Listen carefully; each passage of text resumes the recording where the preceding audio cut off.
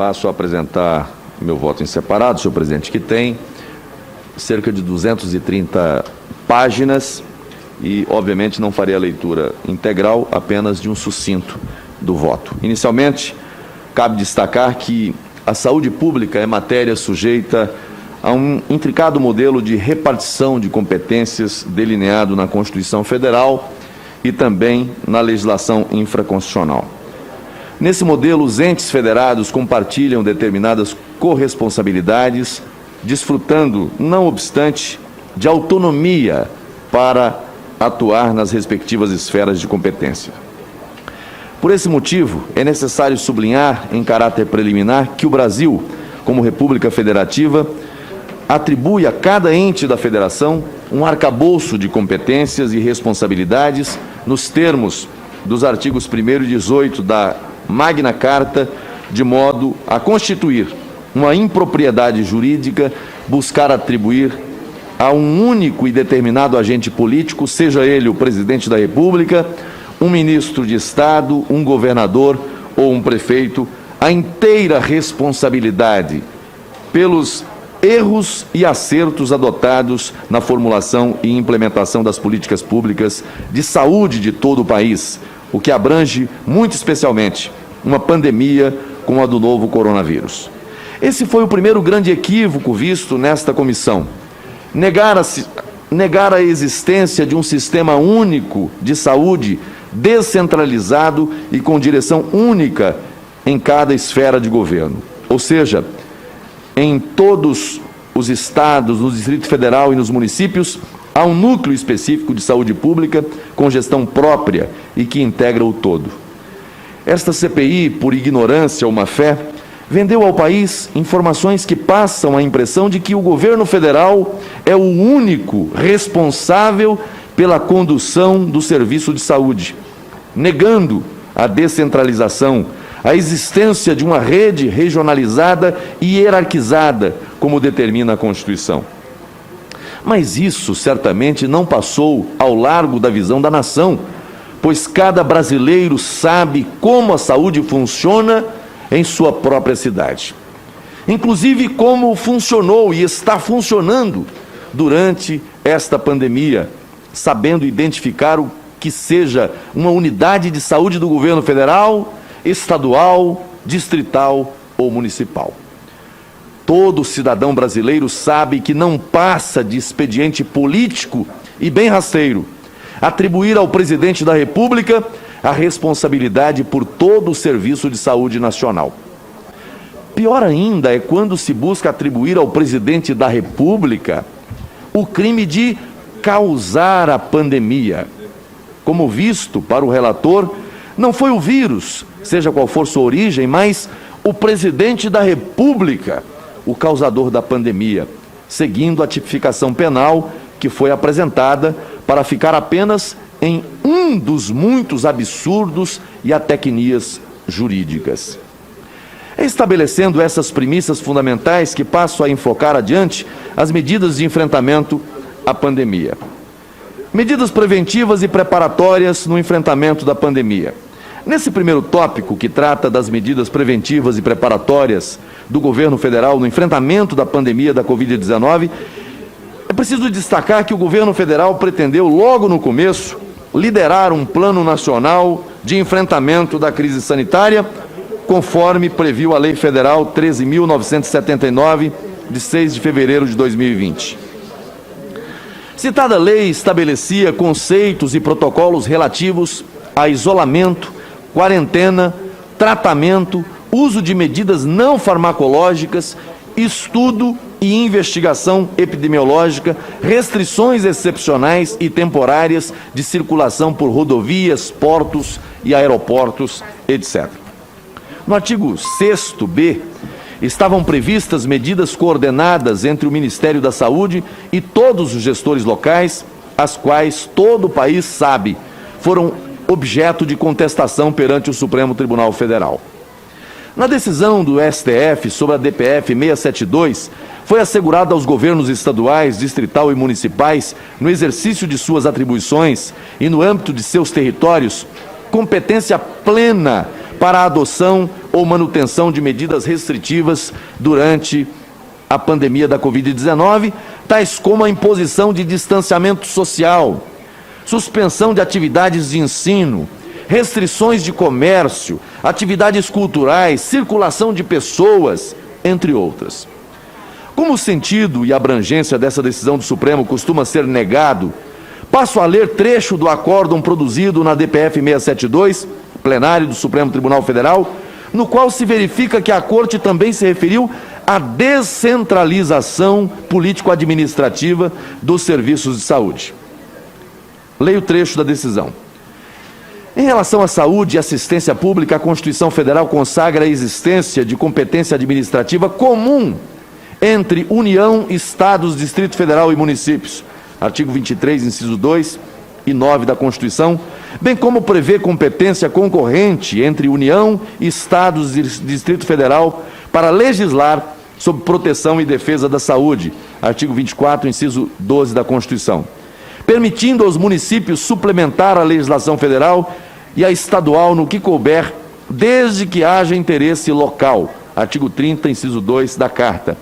E prescrevendo ainda a descentralização político-administrativa do sistema de saúde. Artigo 198 e artigo 7º da Lei 8.080 de 90. Com a consequente descentralização da execução de serviços, inclusive no que diz respeito às atividades de vigilância sanitária e epidemiológica, artigo 6º, inciso 1 da Lei 8.080 de 90. E se destacar da decisão do Supremo as expressões competência administrativa comum e descentralização político-administrativa do sistema de saúde, envolvendo União, Estados, Distrito Federal e municípios. O que temos então é que, na Constituição Federal, na lei do SUS e nas decisões do Supremo, a competência para o enfrentamento da pandemia é comum, com descentralização político-administrativa envolvendo União, Estados, Distrito Federal e municípios. Mas aqui nesta CPI, a responsabilidade tem sido imputada exclusivamente ao governo federal e, mais especificamente, ao presidente da República, como causador da pandemia. Afinal, a locução verbal contida no principal tipo penal imputado ao presidente é justamente causar, ou seja, dar causa a. Apesar disso, o teor da decisão do STF é suficiente para afastar a tese que defende responsabilizar o governo federal por suposta ausência de adoção de medidas preventivas para o combate à pandemia do novo coronavírus, já que a competência nessa matéria, conforme o entendimento da Suprema Corte, é concorrente entre todos os entes federados. Como visto, ao longo dos trabalhos desta CPI, restou claro que se pretendia confirmar uma narrativa política, buscando atribuir ao presidente da República a total responsabilidade desse grave problema de saúde pública, sem em nenhum momento considerar a atuação dos governadores de Estado e do Distrito Federal e dos prefeitos no enfrentamento da pandemia. O país inteiro viu a multiplicidade e a disparidade de medidas entre os agentes públicos estaduais e municipais, impondo realidades totalmente distintas, e não apenas em relação a medidas sanitárias, mas também farmacológicas e de protocolos de tratamento. Não é razoável que agora se pretenda somar tudo e atribuir responsabilidade a um único agente. Apesar de óbvio, público, notório e incontroverso, também vale ser destacado que a eclosão da pandemia do novo coronavírus foi um evento inesperado. Nenhum país do mundo tinha e ainda não tem um manual de como lidar com essa situação. Ainda assim, o relatório principal aponta o presidente como o causador da pandemia. Falta razoabilidade. Em reforço à constatação de que não se tinha qualquer espécie de roteiro para enfrentar a pandemia, é válido registrar que a própria Organização Mundial da Saúde entrou em contradição ou teve que rever posicionamentos sobre protocolos de prevenção e tratamento da doença. O próprio reconhecimento da pandemia, somente em 11 de março de 2020, se mostrou uma falha da OMS. Não estou atribuindo culpa aos dirigentes da organização, apenas estou demonstrando a ausência de assertividade em todas as esferas de identificação e enfrentamento da pandemia. Não somos máquinas, e as máquinas também erram. Enquanto a OMS reconheceu a pandemia somente em 11 de março de 2020, o governo brasileiro, já no dia 6 de fevereiro de 2020, tinha uma norma legal prevendo um completo conjunto de medidas de enfrentamento da pandemia, demonstrando, aliás, uma boa sintonia com o Congresso Nacional na adoção de normas para a declaração e enfrentamento do flagelo que só estava começando. Também antes da OMS reconhecer que havia uma pandemia, o Brasil já tinha pronto seu plano de contingência nacional para infecção humana pelo novo coronavírus, cuja primeira versão foi disponibilizada no início de fevereiro de 2020. No que toca ao papel do governo federal no sentido de adquirir e distribuir equipamentos de proteção individual a estados e municípios, na perspectiva de prevenção e proteção dos profissionais da saúde que se encontram na linha de frente do combate ao coronavírus, meu voto principal traz, em detalhes, todos os quantitativos distribuídos, demonstrando efetivo emprego de somas bilionárias para o combate à pandemia, em suporte a todos os entes subnacionais. Em relação especificamente à saúde indígena, cabe destacar que o Ministério da Saúde garantiu assistência aos quase 800 mil indígenas brasileiros que vivem em aproximadamente 6 mil aldeias de todo o Brasil. Por meio da Secretaria Especial de Saúde Indígena, a SESAI, o Ministério da Saúde reforçou o atendimento, mesmo antes do decreto de pandemia feito pela OMS. E foram disponibilizados mais de 103 milhões de reais em ações específicas para o enfrentamento da Covid-19 entre os índios brasileiros. Trago na versão completa do meu voto toda a listagem de investimentos do governo federal para a proteção das populações indígenas durante a pandemia. Em relação ao atendimento geral da população, houve substanciais investimentos do governo federal para o fornecimento de leitos em unidades de tratamento intensivo, UTIs, ventiladores pulmonares, kits de intubação e testes para estados e municípios de todo o país.